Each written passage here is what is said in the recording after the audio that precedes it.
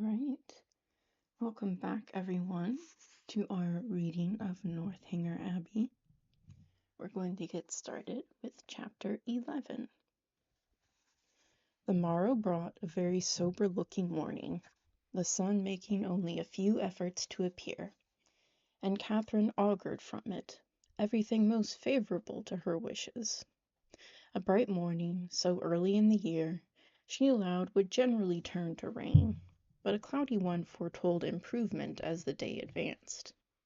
She applied to Mr. Allen for confirmation of her hopes, but Mr. Allen, not having his own skies and barometer about him, declined giving any absolute promise of sunshine. She applied to Mrs. Allen, and Mrs. Allen's opinion was more positive.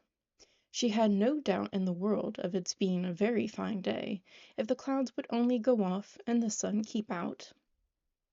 At about 11 o'clock, however, a few specks of small rain upon the windows caught Catherine's watchful eye, and, "Oh, dear, I do believe it will be wet," broke from her in a most desponding tone. "I thought how it would be," said Mrs. Allen. "No walk for me to-day," sighed Catherine. "But perhaps it may come to nothing, or it may hold up before 12. "Perhaps it may, but then, my dear, it will be so dirty." "Oh, that will not signify. I never mind dirt." "No," replied her friend very placidly, "I know you never mind dirt." After a short pause, "It comes on faster and faster," said Catherine, as she stood watching at a window. "So it does, indeed. If it keeps raining, the streets will be very wet. There are 4 umbrellas up already. How I hate the sight of an umbrella. They are disagreeable things to carry. I would much rather take a chair at any time. It was such a nice-looking morning. I felt so convinced it would be dry." "Anybody would have thought so indeed. There will be very few people in the pump room if it rains all morning.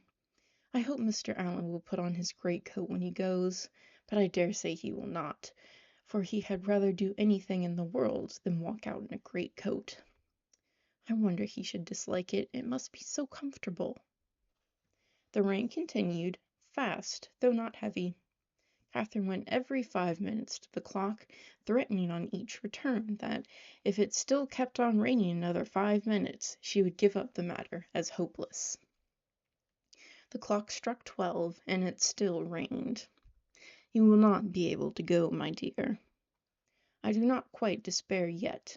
I shall not give it up till a quarter after 12. This is just the time of day for it to clear up, and I do think it looks a little lighter. There it is, 20 minutes after 12, and now I shall give it up entirely. Oh, oh, that we had such weather here as they had at Udolpho, or at least in Tuscany and the south of France, the night that poor St. Aubin died. Such beautiful weather." At 12:30, when Catherine's anxious attention to the weather was over, and she could no longer claim any merit from its amendment, the sky began voluntarily to clear. A gleam of sunshine took her quite by surprise. She looked round. The clouds were parting, and she instantly returned to the window to watch over and encourage the happy appearance. 10 minutes more made it certain that a bright afternoon would succeed, and justified the opinion of Mrs. Allen, who had always thought it would clear up. But whether Catherine might still expect her friends, whether there had not been too much rain for Miss Tilney to venture, must yet be a question. It was too dirty for Mrs. Allen to accompany her husband to the pump room. He, accordingly, set off by himself, and Catherine had barely watched him down the street when her notice was claimed by the approach of the same 2 open carriages, containing the same 3 people that had surprised her so much a few mornings back. "Isabella, my brother, and Mr. Thorpe, I declare! They are coming for me, perhaps, but I shall not go. I cannot go indeed, for you know, Miss Tilney may still call." Mrs. Allen agreed to it. John Thorpe was soon with them, and his voice was with them yet sooner, for on the stairs he was calling out to Miss Moreland to be quick. "Make haste, make haste!" as he threw open the door. "Put on your hat this moment. There is no time to be lost. We are going to Bristol. How do you do, Mrs. Allen?" "To Bristol? Is that not a great way off? But however, I cannot go with you today, because I am engaged. I expect some friends every moment." This was of course vehemently talked down as no reason at all. Mrs. Allen was called on to second him, and the two others walked in to give their assistance. "My sweetest Catherine, is not this delightful? We shall have a most heavenly drive. You are to thank your brother and me for the scheme. It darted into our heads at breakfast time, I verily believe at the same instant, and we should have been off 2 hours ago had it not been for this detestable rain. But it does not signify. The nights are moonlight, and we shall do delightfully. Oh, I am in such ecstasies at the thoughts of a little country air and quiet. So much better than going to the lower rooms. We shall drive directly to Clifton and dine there, and as soon as dinner is over, if there is time for it, go to King's Weston." "I doubt our being able to do so much," said Morland.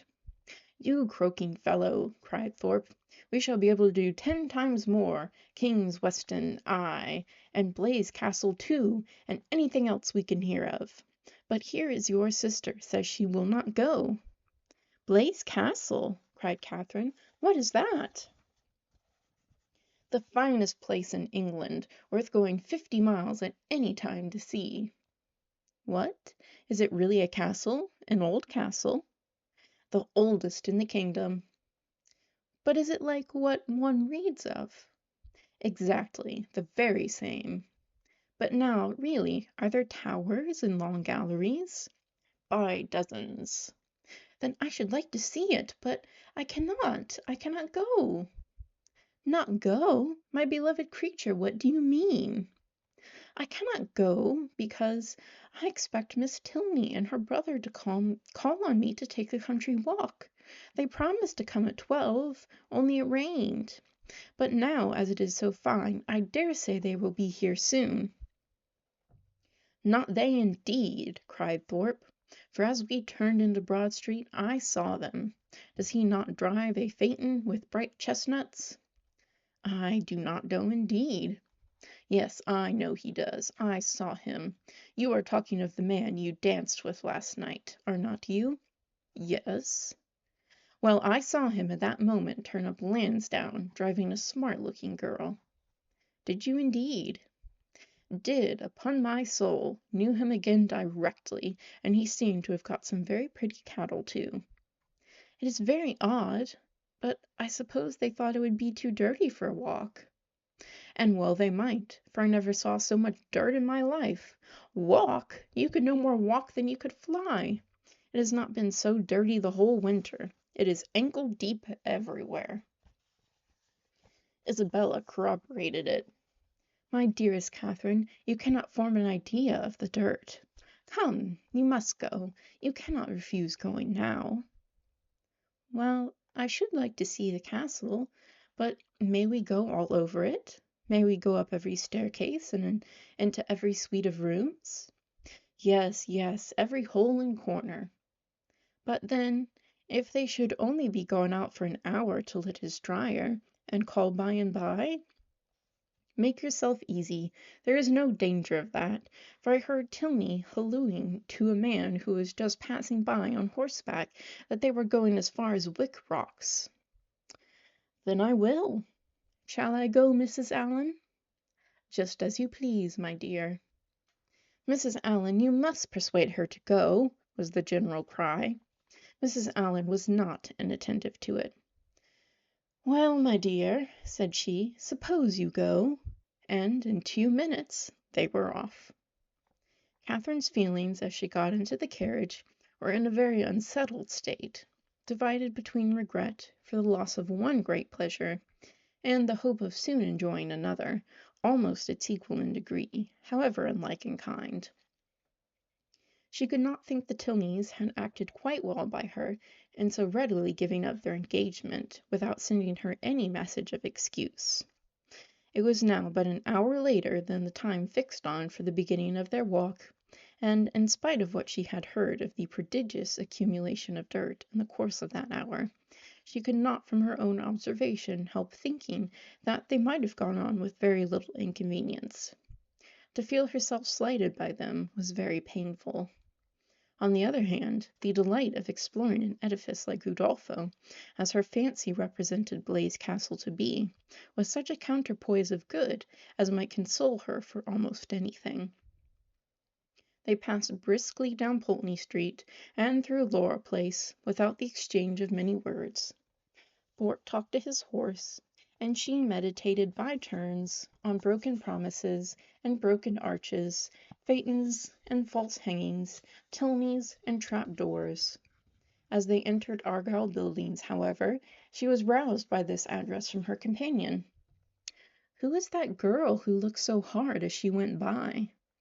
"Who? Where?" "On the right-hand pavement. She must be almost out of sight now."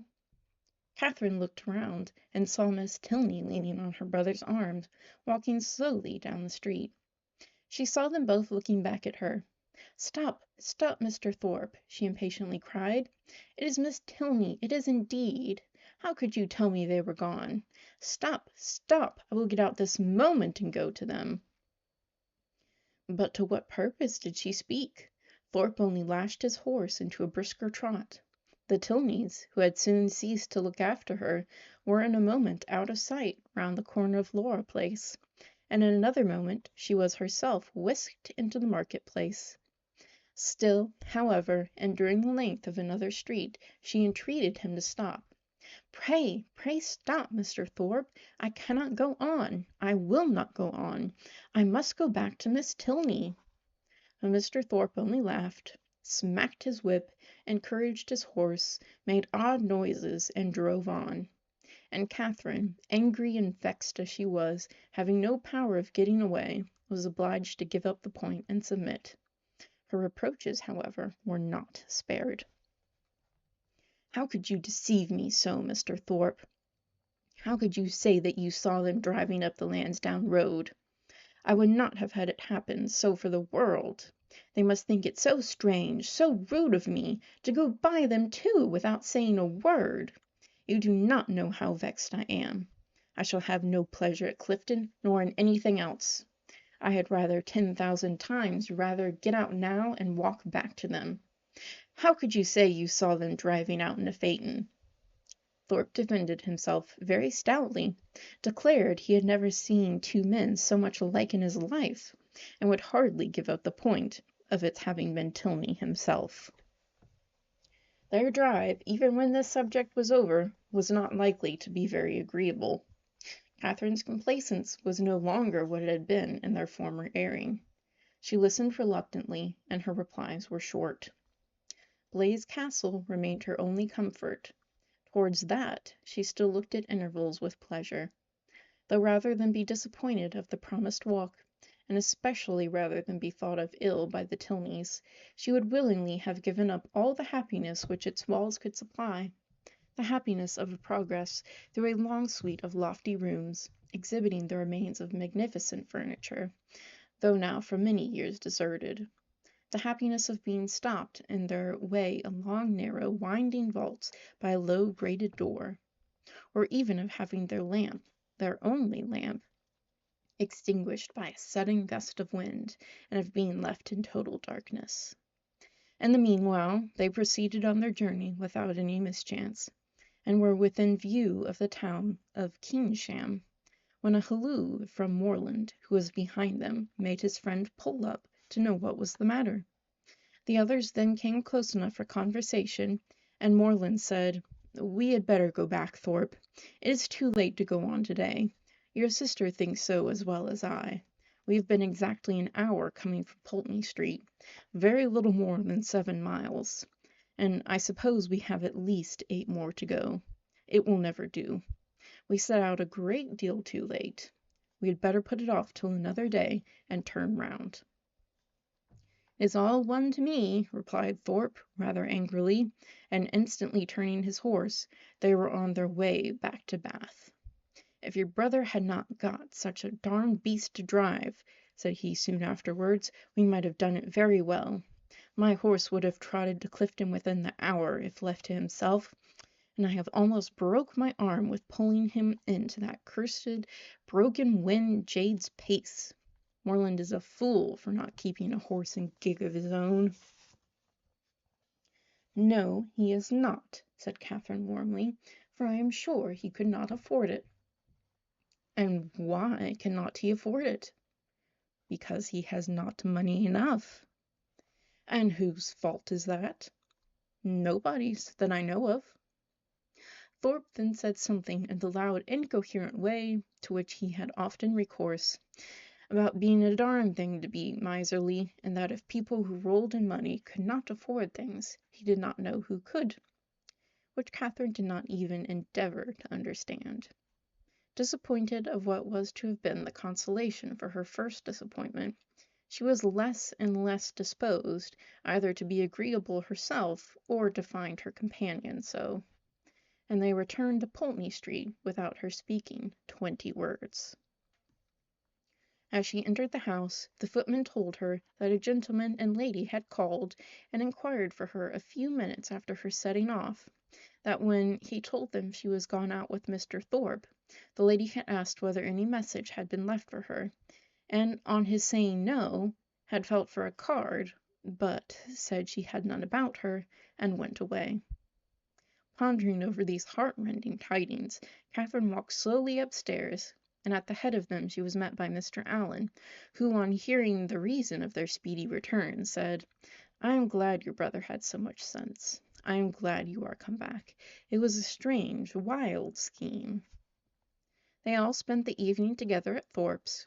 Catherine was disturbed and out of spirits, but Isabella seemed to find a pool of commerce, in the fate of which she shared, by private partnership with Morland, a good equivalent for the quiet and country air of an inn at Clifton. Her satisfaction, too, in not being at the lower rooms, was spoken more than once. "How I pity the poor creatures that are going there! How glad I am that I am not amongst them! I wonder whether it will be a full ball or not. They have not yet begun dancing. I would not be there for all the world. It is so delightful to have an evening now and then to one's self. I dare say it will not be a very good ball. I know the Mitchells will not be there. I am sure I pity everybody that is. But I dare say, Mr. Morland, you long to be at it, do not you? I am sure you do. Well, pray do not let anybody here be a restraint on you. I dare say we could do very well without you, but you men think yourselves of such consequence."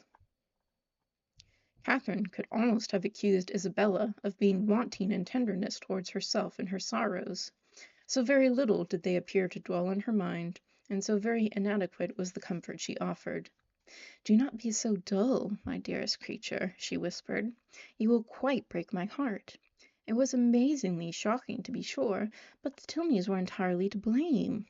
Why were they not more punctual? It was dirty, indeed, but what did that signify? I am sure John and I should not have minded it. I never mind going through anything where a friend is concerned. That is my disposition, and John is just the same. He has amazing strong feelings. Good heavens, what a delightful hand you have got! Kings, I vow! I never was so happy in my life.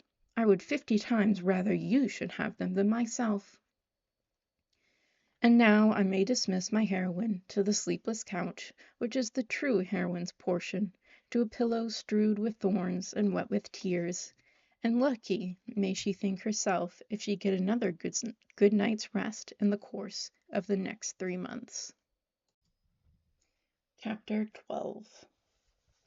"Mrs. Allen," said Catherine the next morning, "will there be any harm in my calling on Miss Tilney to-day? I shall not be easy till I have explained everything." "Go by all means, my dear. Only put on a white gown. Miss Tilney always wears white." Catherine cheerfully complied, and being properly equipped, was more impatient than ever to be at the pump-room, that she might inform herself of General Tilney's lodgings, for though she believed they were in Milsom Street, she was not certain of the house, and Mrs. Allen's wavering convictions only made it more doubtful.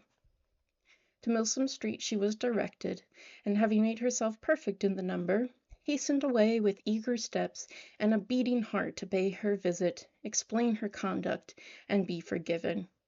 Tripping lightly through the churchyard, and resolutely turning away her eyes, that she might not be obliged to see her beloved Isabella and her dear family, who, she had reason to believe, were in a shop hard by. She reached the house without any impediment, looked at the number, knocked at the door, and inquired for Miss Tilney.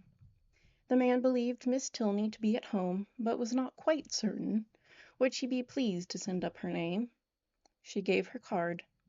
In a few minutes the servant returned, and with a look which did not quite confirm his words, said he had been mistaken, for that Miss Tilney had walked out. Catherine, with a blush of mortification, left the house.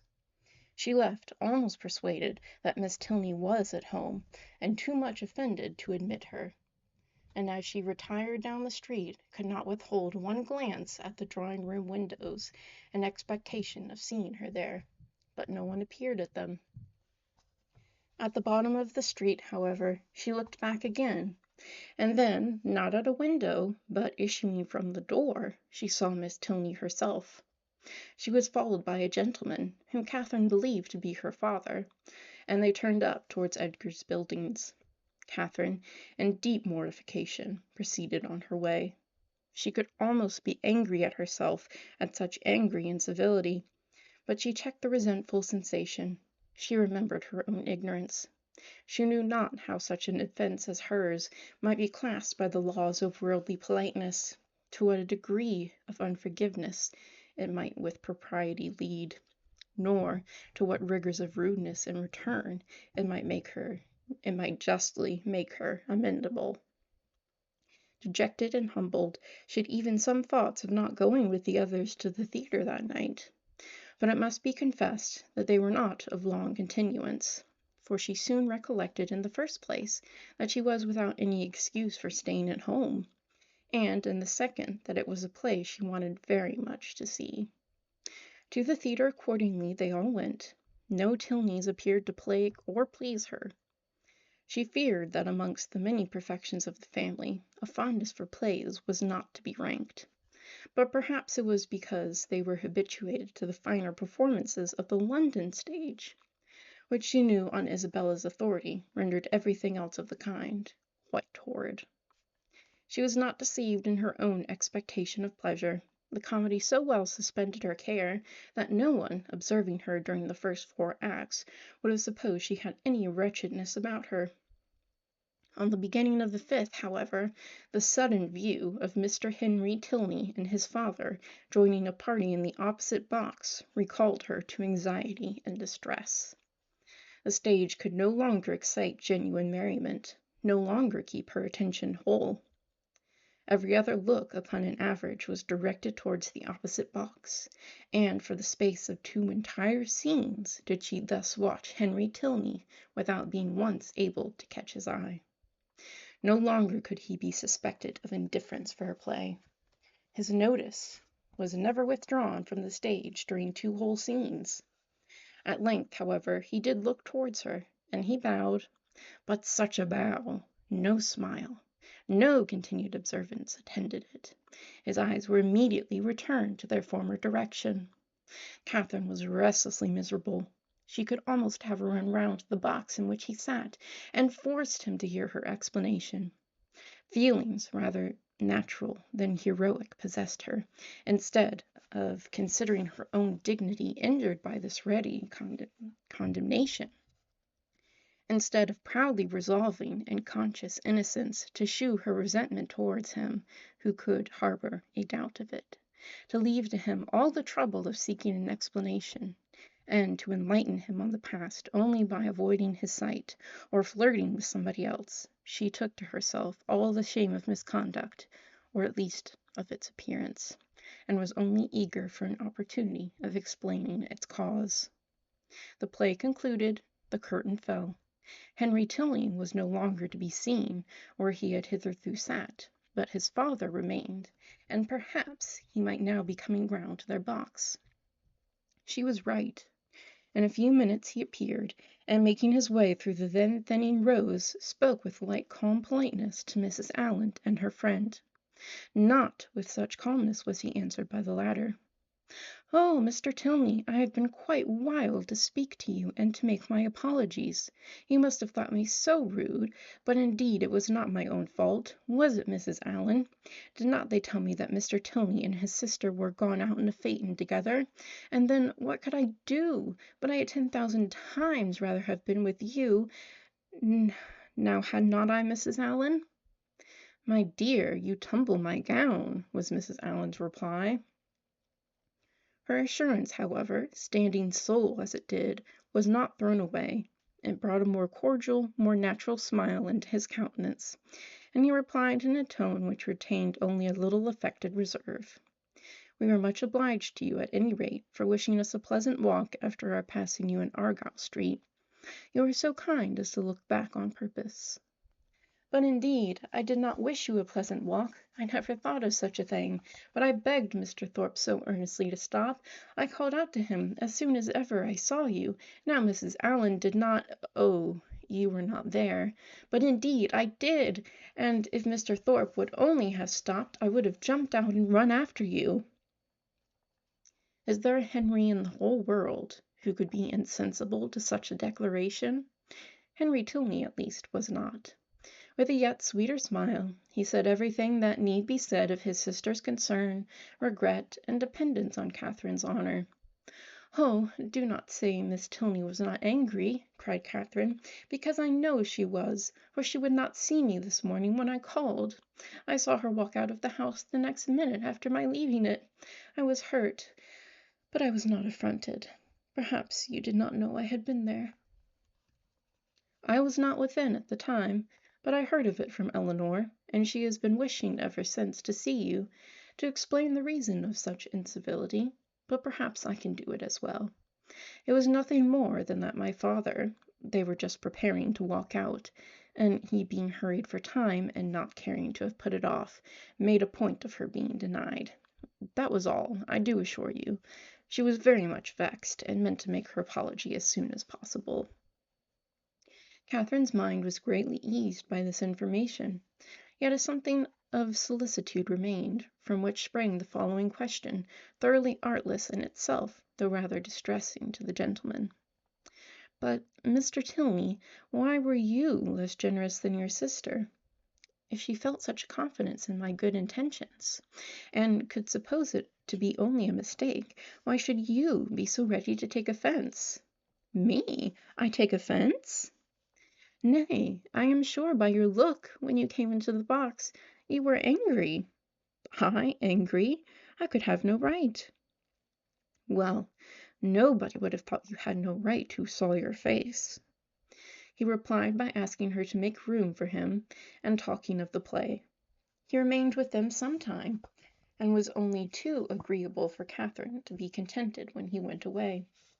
Before they parted, however, it was agreed that the projected walk should be taken as soon as possible, and, setting aside the misery of his quitting their box, she was upon the whole left one of the happiest creatures in the world. While talking to each other, she had observed with some surprise that John Thorpe, who was never in the same part of the house for 10 minutes together, was engaged in conversation with General Tilney. And she felt something more than surprise when she thought she could perceive herself the object of their attention and discourse. What could they have to say of her? She feared General Tilney did not like her appearance. She found it was implied in his preventing her admittance to his daughter, rather than postpone his own walk a few minutes. "How came Mr. Thorpe to know your father?" was her anxious inquiry, as she pointed them out to her companion. He knew nothing about it, but his father, like every military man, had a very large acquaintance. When the entertainment was over, Thorpe came to assist them in getting out. Catherine was the immediate object of his gallantry, and while they waited in the lobby for a chair, he prevented the inquiry which had travelled from her heart almost to the tip of her tongue, by asking in a consequential manner whether she had seen him talking with General Tilney. He is a fine old fellow, upon my soul, stout, active, looks as young as his son. I have a great regard for him, I assure you, a gentleman-like, good sort of fellow as ever lived." "But how came you to know him?" "Know him? There are few people much about town that I do not know. I have met him forever at the Bedford, and I knew his face again to-day the moment he came into the billiard-room. One of the best players we have, by the by, and we had a little touch together, though I was almost afraid of him at first. The odds were 5-4 against me, and if I had not made one of the cleanest strokes that perhaps was ever made in this world. I took his ball exactly, but I could not make you understand it without a table. However, I did beat him. A very fine fellow, as rich as a Jew. I should like to dine with him. I dare say he gives famous dinners. But what do you think we have been talking of? You? Yes, by heavens, and the General thinks you the finest girl in Bath." "Oh, nonsense! How can you say so?" "And what do you think I said?" "Well done, General," said I. "I am quite of your mind." Here Catherine, who was much less gratified by his admiration than by General Tilney's, was not sorry to be called away by Mr. Allen. Thorpe, however, would see her to her chair, and till she entered it, continued the same kind of delicate flattery, in spite of her entreating him to have done. That General Tilney, instead of disliking, should admire her, was very delightful, and she joyfully thought that there was not one of the family whom she need now fear to meet. The evening had done more, much more, for her than could have been expected. Chapter 13. Monday, Tuesday, Wednesday, Thursday, Friday, and Saturday have now passed in review before the reader. The events of each day, its hopes and fears, mortifications and pleasures, have been separately stated, and the pangs of Sunday only now remain to be described and close the week. The Clifton scheme had been deferred, not relinquished, and on the afternoon's crescent of this day it was brought forward again.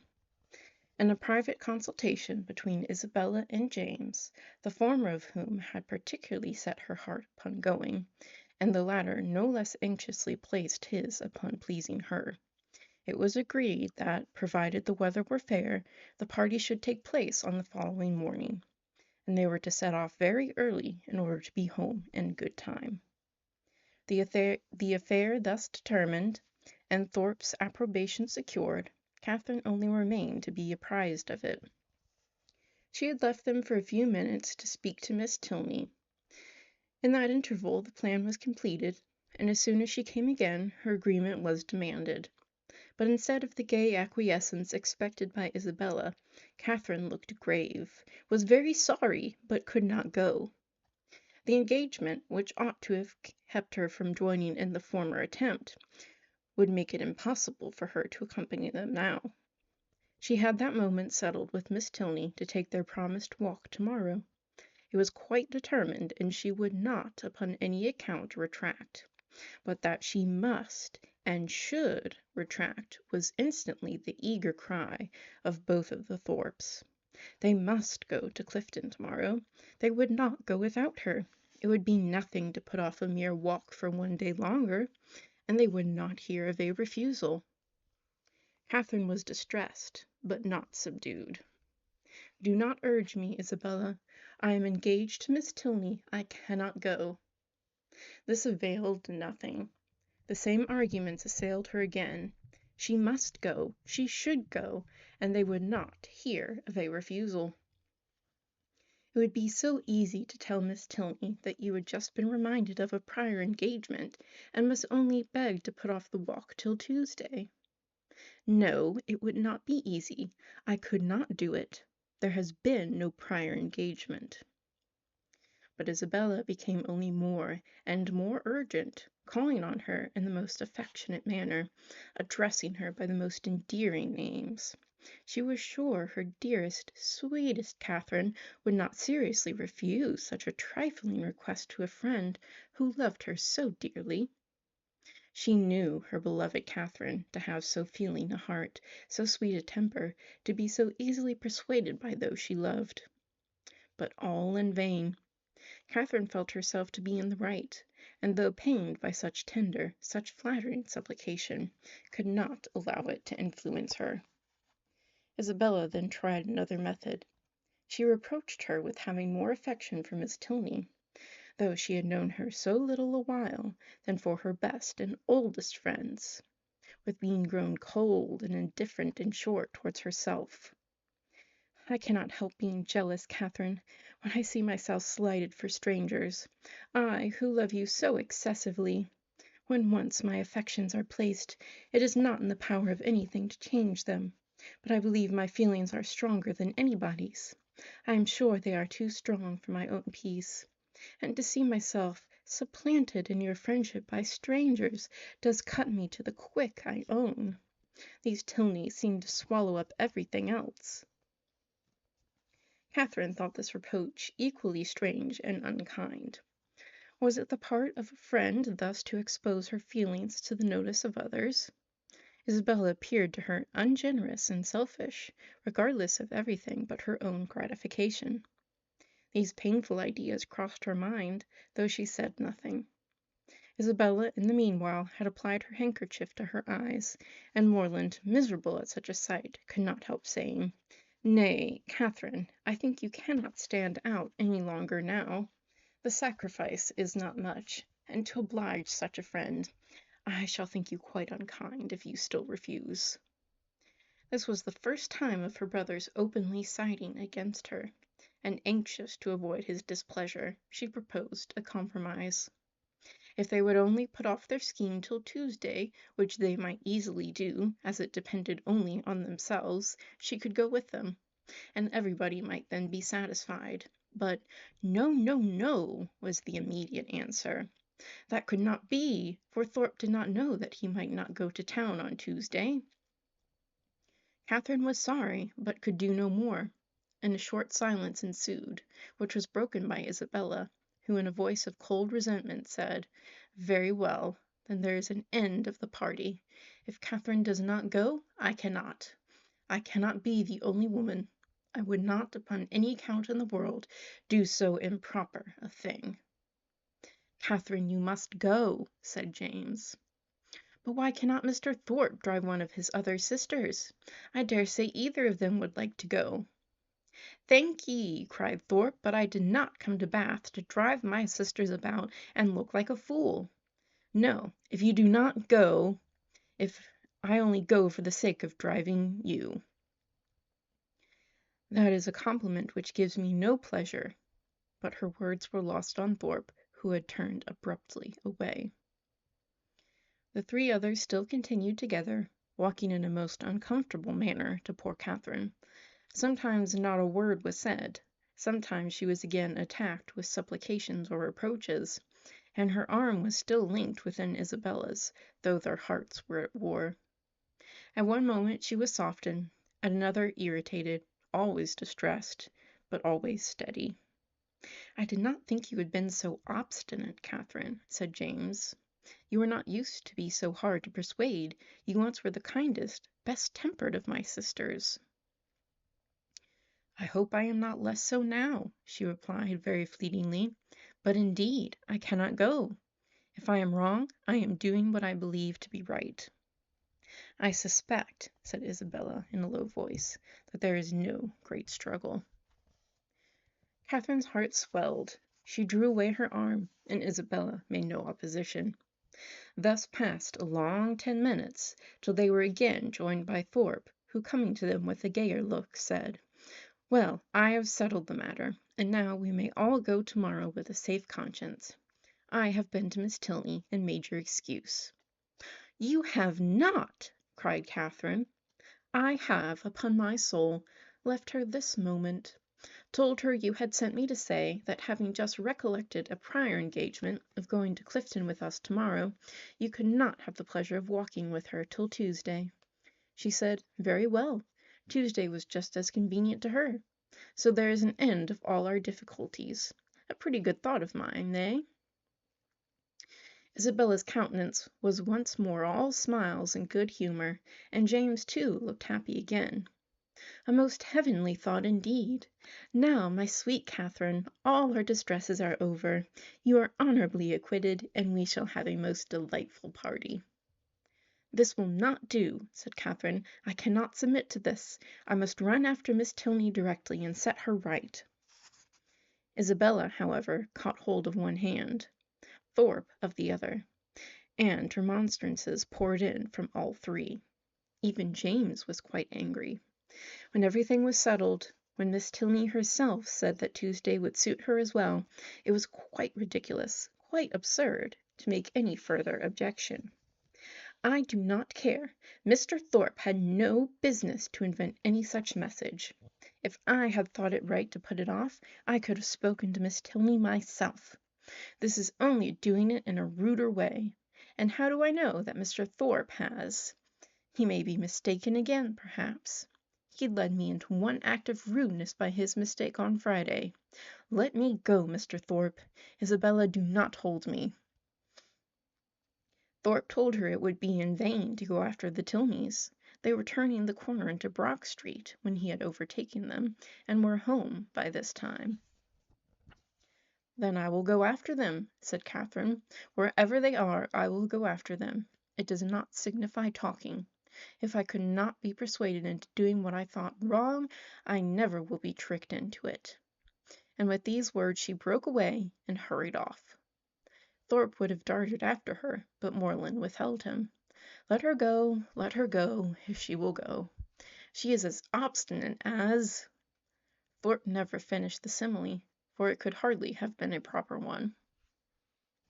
Away walked Catherine, in great agitation, as fast as the crowd would permit her, fearful of being pursued, yet determined to persevere.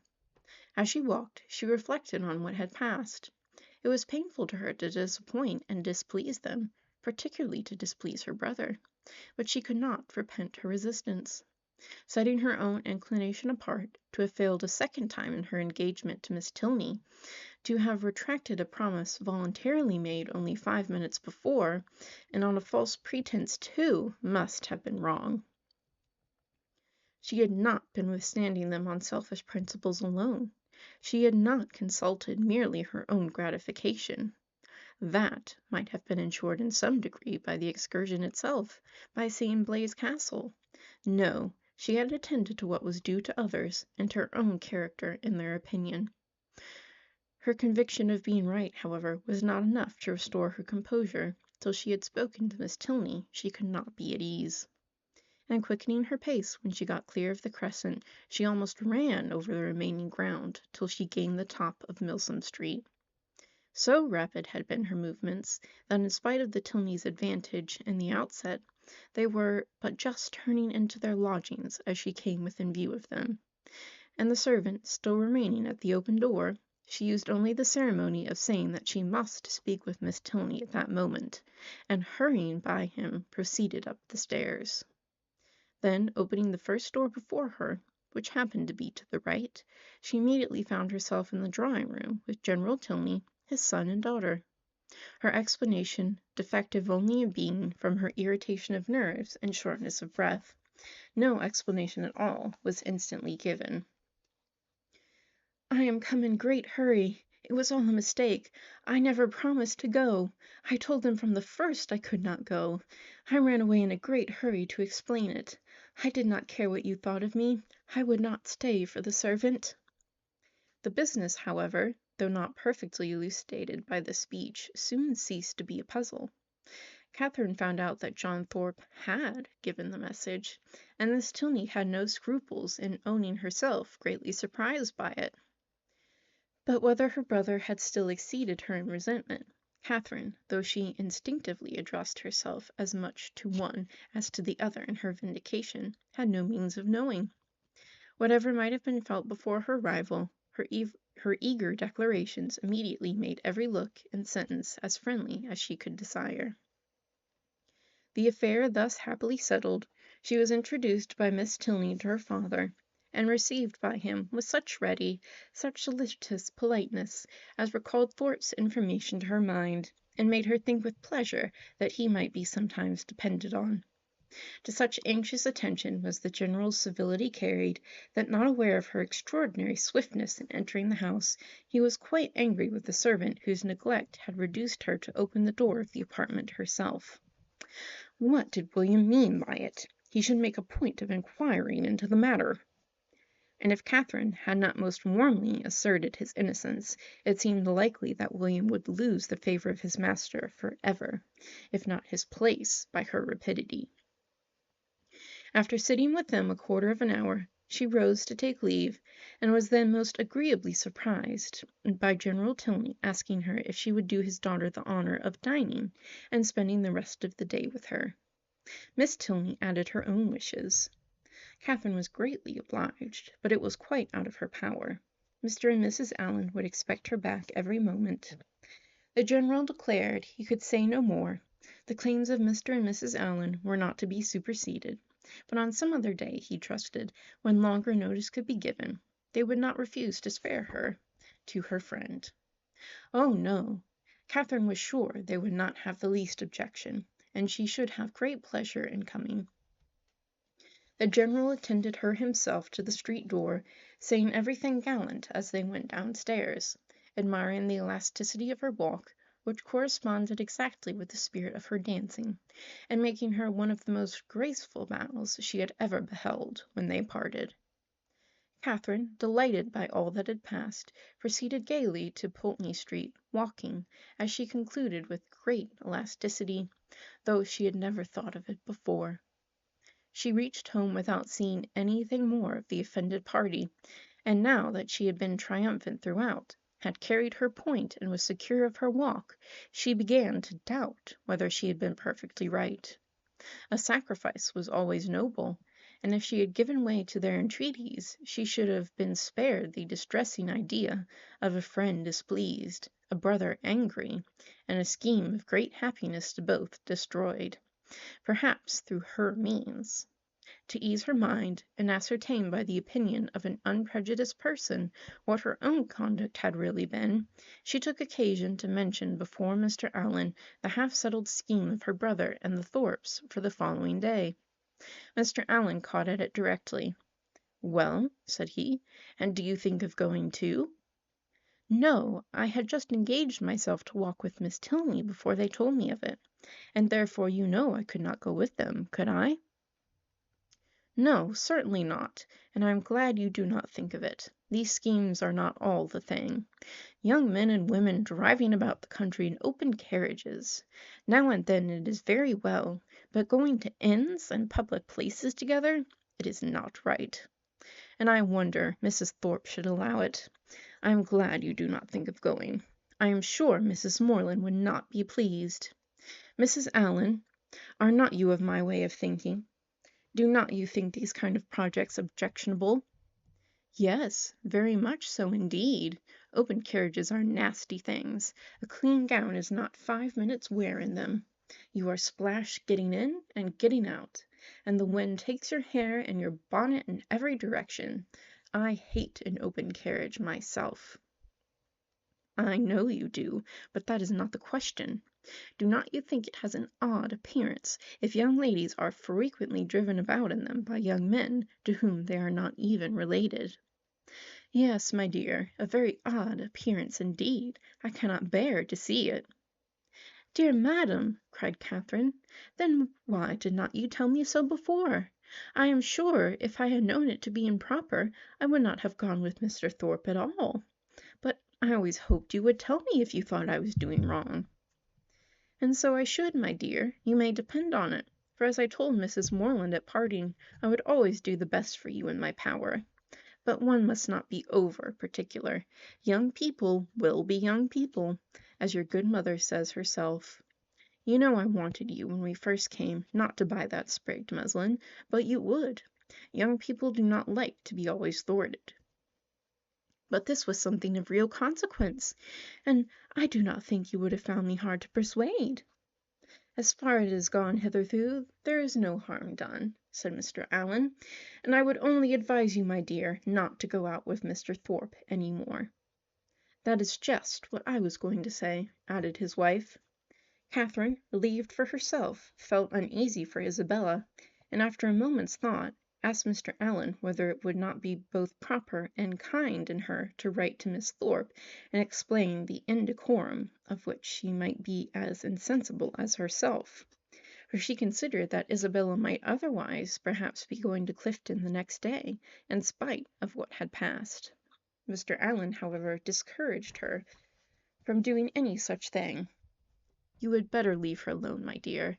She is old enough to know what she is about, and if not, has a mother to advise her. Mrs. Thorpe is too indulgent beyond a doubt. But, however, you had better not interfere. She and your brother will choose to go, and you will only be getting ill will." Catherine submitted, and though sorry to think that Isabella should be doing wrong, felt greatly relieved by Mr. Allen's approbation of her own conduct, and truly rejoiced to be preserved by his advice from the danger of falling into such an error herself. Her escape from being one of the party to Clifton was now an escape indeed, for what would the Tilneys have thought of her if she had broken her promise to them in order to do what was wrong in itself? If she had been guilty of one breach of propriety only to enable her to be guilty of another. Chapter 14. The next morning was fair, and Catherine almost expected another attack from the assembled party. With Mr. Allen to support her, she felt no dread of the event, but she would gladly be spared a contest where victory itself was painful, and was heartily rejoiced, therefore, at neither seeing nor hearing anything of them. The Tilneys called for her at the appointed time, and no new difficulty arising, no sudden recollection, no unexpected summons, no impertinent intrusion to disconcert their measures, my heroine was most unnaturally able to fulfill her engagement, though it was made with the hero himself. They determined on walking round Beechen Cliff, that noble hill, whose beautiful verdure and hanging coppice render it so striking an object from almost every opening in Bath. "I never look at it," said Catherine, as they walked along the side of the river, "without thinking of the south of France." "You've been abroad, then?" said Henry, a little surprised. "Oh, no, I only mean what I've read about. It always puts me in the mind of the country that Emily and her father travelled through in the Mysteries of Udolpho. But you never read novels, I dare say." "Why not?" "Because they are not clever enough for you. Gentlemen read better books." "The person, be it gentleman or lady, who has not pleasure in a good novel must be intolerably stupid." "I have read all Miss Radcliffe's works, and most of them with great pleasure. The Mysteries of Udolpho, when I had once begun it, I could not lay down again. I remember finishing it in 2 days, my hair standing on end the whole time." "Yes," added Miss Tilney, "and I remember that you undertook it to read it aloud to me, and that when I was called away for only 5 minutes to answer a note, instead of waiting for me, you took the volume into the Hermitage Walk, and I was obliged to stay till you had finished it." "Thank you, Eleanor, a most honourable testimony. You see, Miss Morland, the injustice of your suspicions. Here was I, in my eagerness to get on, refusing to wait only 5 minutes for my sister, breaking the promise I had made of reading it aloud, and keeping her in suspense at a most interesting part by running away with the volume, which, you are to observe, was her own, particularly her own. I am proud when I reflect on it, and I think it must establish me in your good opinion." "I am very glad to hear it indeed, and now I shall never be ashamed of liking Udolpho myself.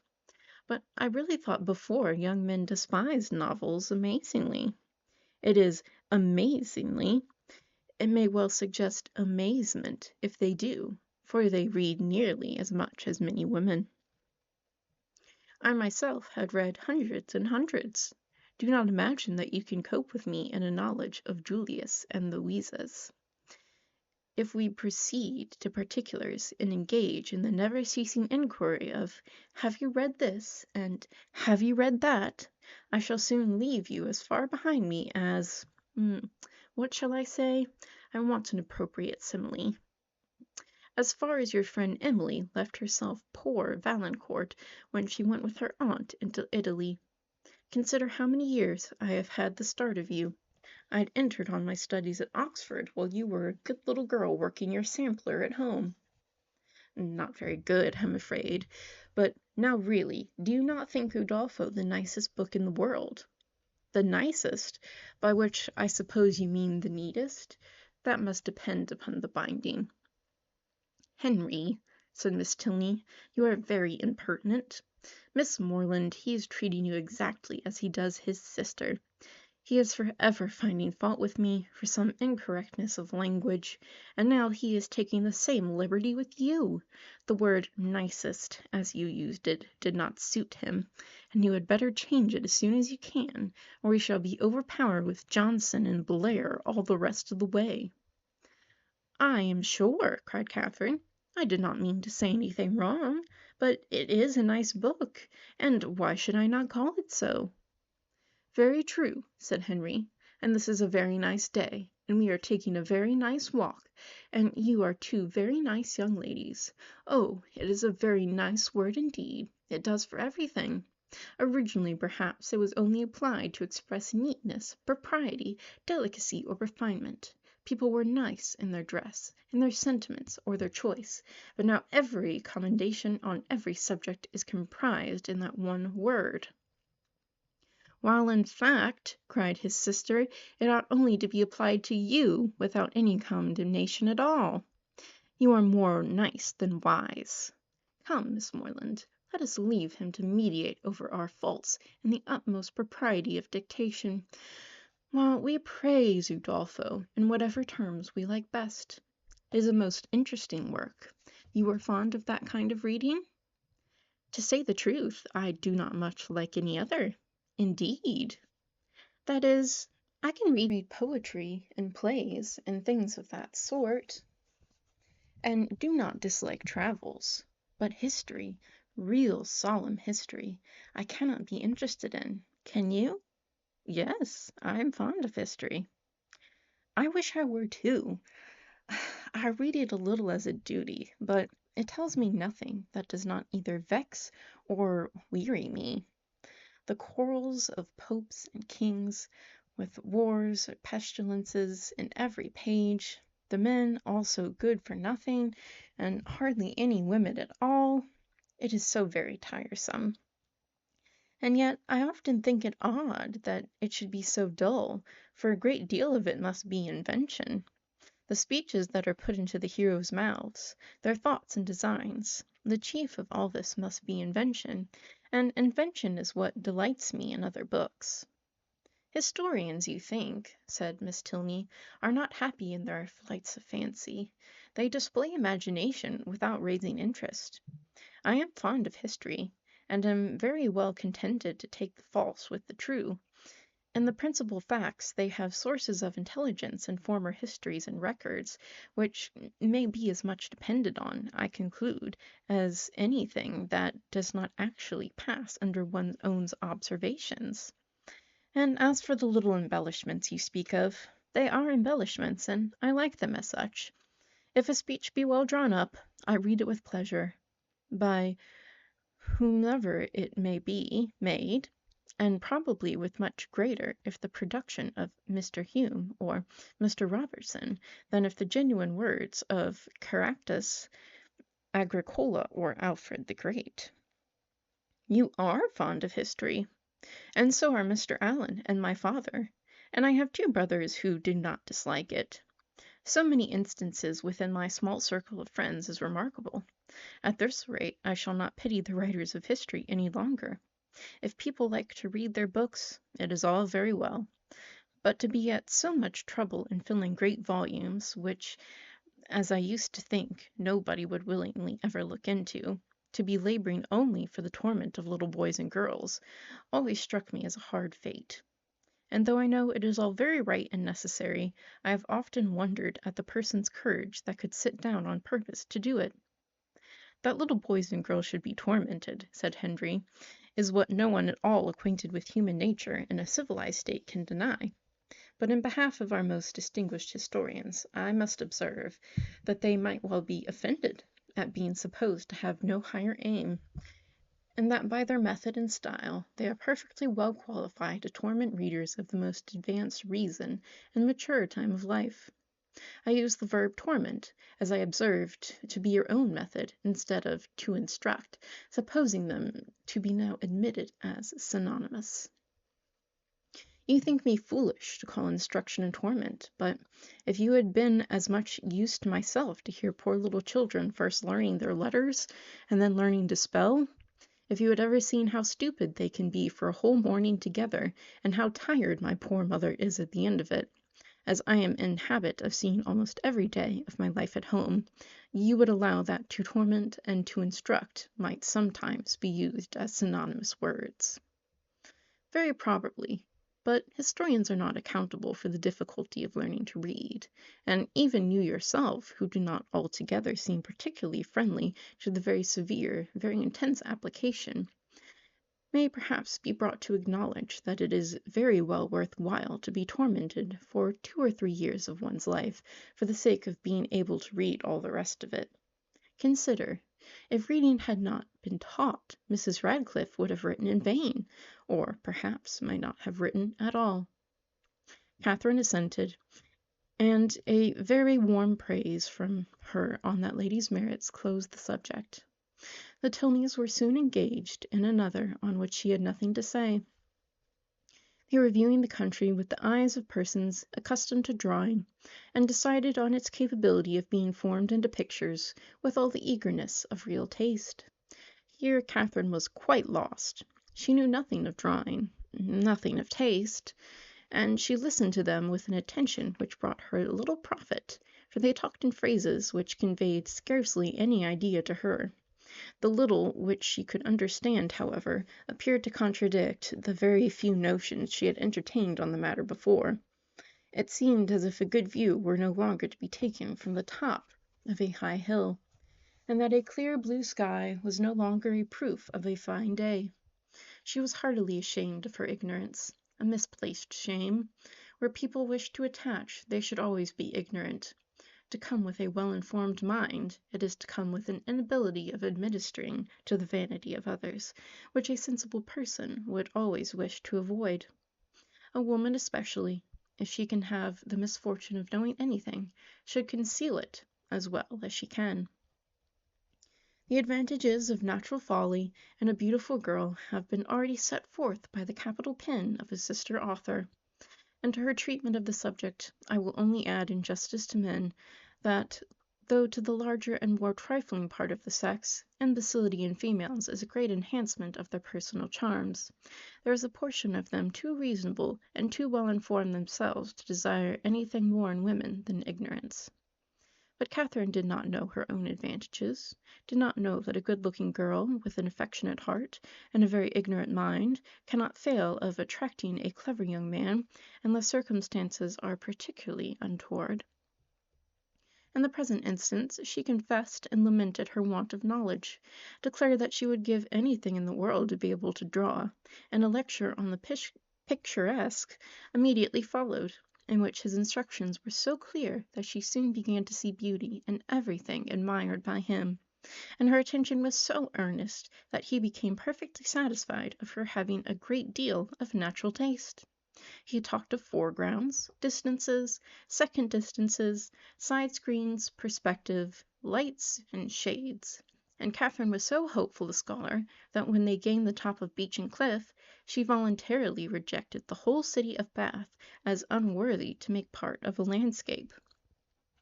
Delighted with her progress, and fearful of wearying her too much with too much wisdom at once, Henry suffered the subject to decline, and by an easy transition from a piece of rocky fragment, and the withered oak which he had placed near its summit, to oaks in general, to forests, the enclosure of them, wastelands, crownlands, and government, he shortly found himself arrived at politics, and from politics it was an easy step to silence.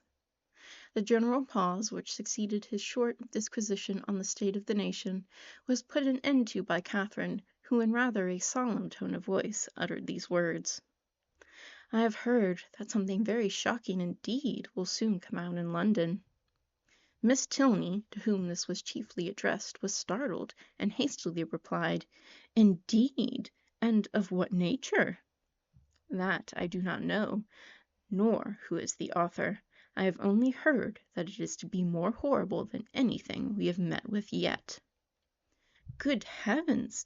Where could you hear of such a thing?" "A particular friend of mine had an account of it in a letter from London yesterday. It is to be uncommonly dreadful. I shall expect murder and everything of the kind." "You speak with astonishing composure. But I hope your friend's accounts have been exaggerated, and if such a design is known beforehand, proper measures will undoubtedly be taken by government to prevent its coming to effect." "Government," said Henry, endeavoring not to smile, "neither desires nor dares to interfere in such matters. There must be murder, and government cares not how much." The lady stared. He laughed, and added, "Come, shall I make you understand each other, or leave you to puzzle out an explanation as you can? No, I will be noble. I will prove myself a man, no less by the generosity of my soul than the clearness of my head. I have no patience with such of my sex as disdain to let themselves sometimes down to the comprehension of yours. Perhaps the abilities of women are neither sound nor acute, neither vigorous nor keen. Perhaps they may want observation, discernment, judgment, fire, genius, and wit. Miss Morland, do not mind what he says, but have the goodness to satisfy me as to this dreadful riot." "Riot? What riot?" "My dear Eleanor, the riot is only in your own brain. The confusion there is scandalous. Miss Morland has been talking of nothing more dreadful than a new publication which is shortly to come out, in 3 volumes, 276 pages in each, with a frontispiece to the first of 2 tombstones in a lantern. Do you understand? And you, Miss Morland, my stupid sister has mistaken all your clearest expressions. You talked of expected horrors in London, and instead of instantly conceiving, as any rational creature would have done, that such words could relate only to a circulating library, she immediately pictured herself to a mob of 3,000 men assembling in St. George's Fields, the Bank attacked, the Tower threatened, the streets of London flowing with blood, a detachment of the 12th Light Dragoons, called up from Northampton to quell the insurgents, and the gallant Captain Frederick Tilney, in the moment of charging at the head of his troop, knocked off his horse by a brickbat from an upper window. Forgive her stupidity. The fears of the sister have added to the weakness of the woman, but she is by no means a simpleton in general." Catherine looked grave. "And now, Henry," said Miss Tilney, "that you have made us understand each other, you may as well make Miss Morland understand yourself, unless you mean to have her think you intolerably rude to your sister and a great brute in your opinion of women in general. Miss Morland is not used to your odd ways." "I shall be most happy to make her better acquainted with them." "No doubt, but that is no explanation of the present." "What am I to do?" "You know what you ought to do. Clear your character handsomely before her. Tell her that you think very highly of the understanding of women." "Miss Morland, I think very highly of the understanding of all the women in the world, especially of those, whoever they may be, with whom I happen to be in company." "That is not enough. Be more serious." "Miss Morland, no one can think more highly of the understanding of women than I do. In my opinion, nature has given them so much that they never find it necessary to use more than half." "We shall get nothing more serious from him now, Miss Morland. He is not in a sober mood. But I do assure you that he must be entirely misunderstood, if he can ever appear to say an unjust thing of any woman at all, or an unkind one of me." It was no effort to Catherine to believe that Henry Tilney could never be wrong. His manner might sometimes surprise, but his meaning must always be just, and what she did not understand she was almost as ready to admire as what she did. The whole walk was delightful, and though it ended too soon, its conclusion was delightful too. Her friends attended her into the house, and Miss Tilney, before they parted, addressing herself with respectful form as much to Mrs. Allen as to Catherine, petitioned for the pleasure of her company to dinner on the day after the next. No difficulty was made on Mrs. Allen's side, and the only difficulty on Catherine's was in concealing the excess of her pleasure. The morning had passed away so charmingly as to banish all her friendship and natural affection, for no thought of Isabella or James crossed her during their walk. When the Tilneys were gone, she became amiable again, but she was amiable for some time to little effect. Mrs. Allen had no intelligence to give that could relieve her anxiety. She had heard nothing of any of them. Towards the end of the morning, however, Catherine, having occasion for some indispensable yard of ribbon which must be bought without a moment's delay, walked out into the town, and in Bond Street overtook the second Miss Thorpe as she was loitering toward Edgar's Buildings, between two of the sweetest girls in the world who had been her dear friends all the morning. From her she soon learned that the party to Clifton had taken place. "They set off at 8 this morning," said Miss Anne, "and I am sure I do not envy them their drive. I think you and I are very well off to be out of the scrape. It must be the dullest thing in the world, for there is not a soul at Clifton this time of year.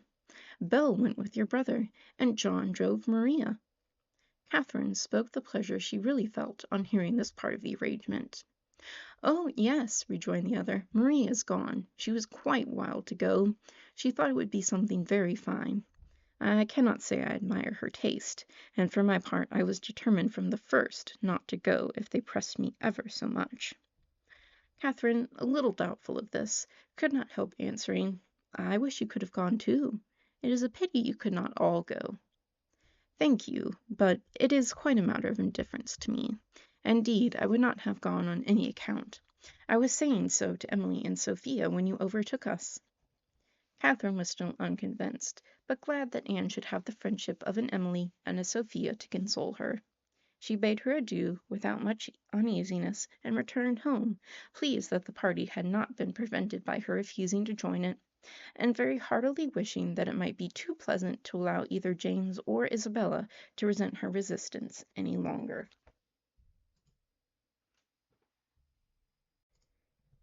All right, chapter 15. Early the next day, a note from Isabella, speaking peace and tenderness in every line, and entreating the immediate presence of her friend on a matter of the utmost importance, hastened Catherine in the happiest state of confidence and curiosity to Edgar's Buildings. The two youngest Miss Thorpes were by themselves in the parlor, and on Anne's quitting it to call her sister, Catherine took the opportunity of asking the other for some particulars of their yesterday's party. Maria desired no greater pleasure than to speak of it, and Catherine immediately learnt that it had been altogether the most delightful scheme in the world, that nobody could imagine how charming it had been, and that it had been more delightful than anybody could conceive. Such was the information of the first 5 minutes. The second unfolded thus much in detail, that they had driven directly to the York Hotel, ate some soup, and bespoke an early dinner, walked down to the pump-room, tasted the water, and laid out some shillings in purses and spars. Thence adjourned to eat ice at a pastry-cook's, and, hurrying back to the hotel, swallowed their dinner in haste to prevent being in the dark, and then had a delightful drive back. Only the moon was not up, and it rained a little, and Mr. Morland's horse was so tired he could hardly get it along. Catherine listened with heartfelt satisfaction. It appeared that Blaise Castle had never been thought of, and, as for all the rest, there was nothing to regret for half an instant. Maria's intelligence concluded with a tender effusion of pity for her sister Anne, whom she represented as insupportably cross from being excluded the party. "She will never forgive me, I am sure, but, how could I help it? John would have me go, for he vowed he would not drive her because she had such thick ankles. I dare say she will not be in good humor again this month, but I am determined I will not be cross. It is not a little matter that puts me out of temper." Isabella now entered the room with so eager a step and a look of such happy importance as engaged all her friends' notice. Maria was without ceremony sent away, And Isabella, embracing Catherine, thus began: "Yes, my dear Catherine, it is so indeed. Your penetration has not deceived you. Oh, that arc eye of yours, it sees through everything." Catherine replied only by a look of wondering ignorance. "Nay, my beloved, sweetest friend," continued the other, "compose yourself. I am amazingly agitated, as you perceive. Let us sit down and talk in comfort. Well, and so you guessed it the moment you had my note. Sly creature! Oh, my dear Catherine, you alone who know my heart can judge of my present happiness. Your brother is the most charming of men. I only wish I were more worthy of him. But what will your excellent father and mother say? Oh, heavens! When I think of them, I am so agitated." Catherine's understanding began to awake. An idea of the truth suddenly darted into her mind, and with the natural blush of so new an emotion, she cried out, "Good heaven! My dear Isabella, what do you mean? Can you really be in love with James?" This bold surmise, however, she soon learnt comprehended but half the fact.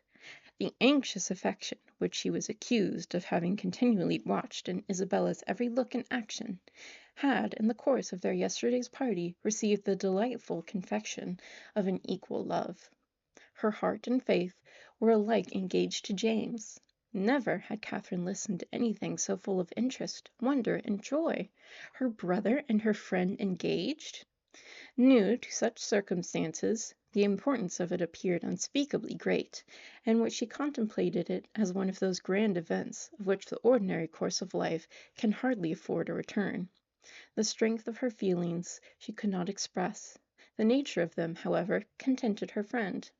The happiness of having such a sister was their first effusion, and the fair ladies mingled in embraces and tears of joy. Delighting, however, as Catherine sincerely did, in the prospect of the connection, it must be acknowledged that Isabella far surpassed her in tender anticipations. "You will be so infinitely dearer to me, my Catherine, than either Anne or Maria. I feel that I shall be so much more attached to my dear Morland's family than to my own." This was a pitch of friendship beyond Catherine. "You are so like your dear brother," continued Isabella, "that I quite doted on you the first moment I saw you. But so it always is with me. The first moment settles everything. The very first day that Morland came to us last Christmas, the very first moment I beheld him, my heart was irrecoverably gone. I remember I wore my yellow gown, with my hair done up in braids, and when I came into the drawing room and John introduced him, I thought I had never seen anybody so handsome before." Here Catherine secretly acknowledged the power of love, for though exceedingly fond of her brother, and partial to all his endowments, she had never in her life thought him handsome. "I remembered, too, Miss Andrews drank tea with us that evening, and wore her puce-coloured sarnus, and she looked so heavenly that I thought your brother might certainly fall in love with her. I could not sleep a wink all night for thinking of it. Oh, Catherine, the many sleepless nights I have had on your brother's account! I would not have you suffer half what I have done. I am grown wretchedly thin, I know, but I will not pain you by describing my anxiety. You have seen enough of it. I feel that I have betrayed myself perpetually, so unguarded in speaking of my partiality for the church, but my secret, I was always sure, would be safe with you." Catherine felt that nothing could have been safer, but ashamed of an ignorance little expected, she dared no longer contest the point, nor refuse to have been as full of arch penetration and affectionate sympathy as Isabella chose to consider her. Her brother, she found, was preparing to set off with all speed to Fullerton to make known his situation and ask consent, and here was a source of some real agitation to the mind of Isabella. Catherine endeavoured to persuade her, as she was herself persuaded, that her father and mother would never oppose their son's wishes. "It is impossible," said she, "for parents to be more kind or more desirous of their children's happiness. I have no doubt of their consenting immediately." "Morland says exactly the same," replied Isabella, "and yet I dare not expect it. My fortune will be so small, and they never can consent to it. Your brother, who might marry anybody." Here Catherine again discerned the force of love. "Indeed, Isabella, you are too humble. The difference of fortune can be nothing to signify. Oh, my sweet Catherine, in your generous heart, I know it would signify nothing, but we must not expect such disinterestedness in many. As for myself, I am sure I only wish our situations were reversed. Had I the command of millions, were I mistress of the whole world, your brother would be my only choice. This charming sentiment, recorded as much by sense as novelty, gave Catherine a most pleasing remembrance of all the heroines of her acquaintance, and she thought her friend never looked more lovely than in uttering the grand idea. "I am sure they will consent," was her frequent declaration. "I am sure they will be delighted with you." "For my own part," said Isabella, "my wishes are so moderate that the smallest income in nature would be enough for me. Where people are really attached, poverty itself is wealth. Grandeur I detest. I would not settle in London for the universe. A college in some retired village would be ecstasy. There are some charming little villas about Richmond." "Richmond!" cried Catherine. "You must settle near Fullerton. You must be near us." "I am sure I shall be miserable if we do not. If I can but be near you, I shall be satisfied. But this is idle talking. I will not allow myself to think of such things till we have your father's answer. Moreland says that by sending it tonight to Salisbury, we may have it tomorrow. Tomorrow! I know I shall never have courage to open the letter. I know it will be the death of me." A reverie succeeded this conviction, and when Isabella spoke again, it was to resolve on the quality of her wedding gown. Their conference was put to an end by the anxious young lover himself, who came to breathe his parting sigh before he set off for Wiltshire. Catherine wished to congratulate him, but knew not what to say, and her eloquence was only in her eyes. From them, however, the 8 parts of speech shone out most expressively, and James could combine them with ease. Impatient for the realization of all that he hoped at home, his adieus were not long, and they would have yet been shorter, had he not been frequently detained by the urgent entreaties of his fair one that he would go. Twice was he called almost from the door by her eagerness to have him gone. "Indeed, Moreland, I must drive you away. Consider how far you have to ride.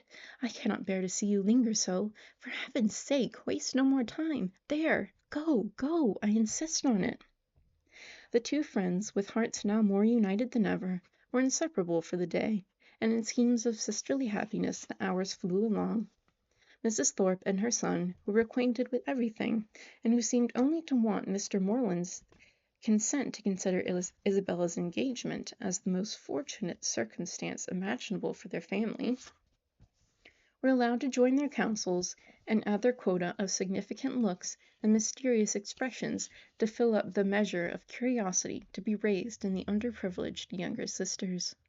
To Catherine's simple feelings, this odd sort of reserve seemed neither kindly meant nor consistently supported, and its unkindness she would hardly have forborne pointing out had its inconsistency been less their friend. But Anne and Maria soon set her heart at ease by the sagacity of their "I know what," and their evening was spent in a sort of war of wit, a display of family ingenuity, on one side in the mystery of an affected secret, on the other of undefined discovery, all equally acute. Catherine was with her friend again the next day, endeavoring to support her spirits, and while away the many tedious hours before the delivery of the letters. A needful exertion, for as the time of reasonable expectation drew near, Isabella became more and more desponding, and before the letter arrived had worked herself into a state of real distress. But when it did come, where could distress be found? I have had no difficulty in gaining the consent of my kind parents, and am promised that everything in their power shall be done to forward my happiness, were the first 3 lines, and in one moment all was joyful security. The brightest glow was instantly spread over Isabella's features. All care and anxiety seemed removed, her spirits became almost too high for control, and she called herself without scruple the happiest of mortals. Mrs. Thorpe, with tears of joy, embraced her daughter, her son, her visitor, and could have embraced half the inhabitants of Bath with satisfaction. Her heart was overflowing with tenderness. It was "dear John" and "dear Catherine" at every word, Dear Anne and dear Maria must immediately be made sharers in their felicity, and two dears at once, before the name of Isabella, were not more than that beloved child had now well earned. John himself was no skulker in joy. He had not only bestowed on Mr. Morland the high commendation of being one of the finest fellows in the world, but swore off many sentences in his praise. The letter whence sprang all this felicity was short, containing little more than this assurance of success, and every particular was deferred till James could write again. But for particulars Isabella could well afford to wait. The needful was comprised in Mr. Morland's promise. His honour was pledged to make everything easy, and by what means their income was to be formed, whether landed property were to be resigned, or funded money made over, was a matter in which her disinterested spirit took no concern. She knew enough to feel secure of an honourable and speedy establishment, and her imagination took a rapid flight over its attendant felicities.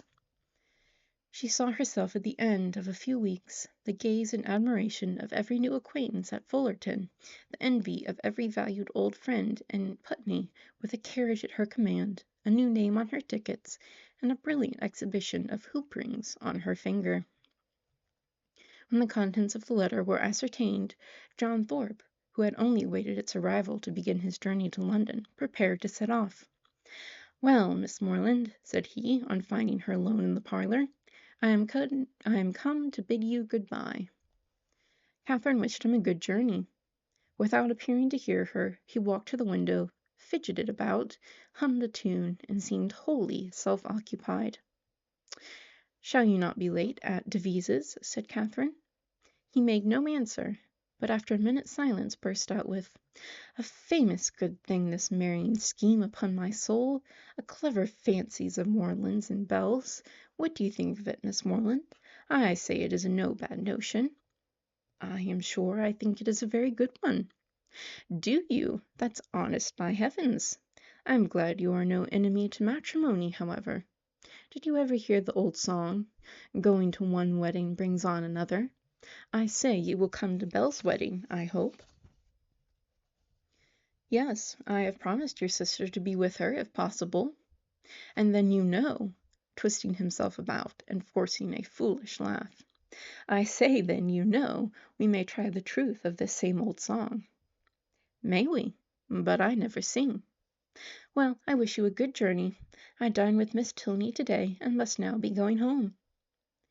"Nay, but there is no such confounded hurry. Who knows when we may be together again? Not but that I shall be down again by the end of a fortnight, and a devilish long fortnight it will appear to me." "Then why do you stay away so long?" replied Catherine, finding that he waited for an answer. "That is kind of you, however, kind and good-natured. I shall not forget it in a hurry. But you have more good-natured and all that than anybody living, I believe. A monstrous deal of good-nature. And it is not only good-nature, but you have so much of everything, and then you have such, upon my soul, I do not know anybody like you." "Oh, dear, there are a great many people like me, I dare say, only a great deal better. Good morning to you." "But I say, Miss Morland, I shall come and pay my respects at Fullerton before it is long, if not disagreeable." "Pray do. My father and mother will be very glad to see you. And I hope, Miss Morland, you will not be sorry to see me." "Oh, dear, not at all. There are very few people I am sorry to see. Company is always cheerful." "That is just my way of thinking. Give me but a little cheerful company. Let me only have the company of the people I love. Let me only be where I like and with whom I like, and the devil take the rest, say I. And I am heartily glad to hear you say the same. But I have a notion, Miss Morland, you and I think pretty much alike upon most matters." "Perhaps we may, but it is more than I ever thought of, and as to most matters, to say the truth, there are not many that I know my own mind about." "By Jove, no more do I. It is not my way to bother my brains with what does not concern me. My notion of things is simple enough. Let me only have the girl I like, say I, with a comfortable house over my head, and for what care I for all the rest? Fortune is nothing. I am sure of a good income of my own, and if she had not a penny, why, so much the better. Very true.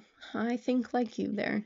If there is a good fortune on one side, there can be no occasion for any on the other, no matter which has it, so that there is enough. I hate the idea of one great fortune looking out for another, and to marry for money I think the wickedest thing in existence. Good day. We shall be very glad to see you at Fullerton, whether it is convenient. And away she went. It was not in the power of all his gallantry to detain her longer. With such news to communicate, and such a visit to prepare for, her departure was not to be delayed by anything in his nature to urge, and she hurried away, leaving him to the undivided consciousness of his own happy address and her explicit encouragement. The agitation which she had herself experienced on first learning her brother's engagement made her expect to raise no inconsiderable emotion in Mr. and Mrs. Allen by the communication of the wonderful event. How great was her disappointment! The important affair, which many words of preparation ushered in, had been foreseen by them both ever since her brother's arrival, and all that they felt on the occasion was comprehended in a wish for the young people's happiness, with a remark on the gentleman's side in favor of Isabella's beauty, and on the lady's of her great good luck. It was to Catherine the most surprising insensibility. The full disclosure, however, of the great secret of James's going to Fullerton the day before did raise some emotion in Mrs. Allen.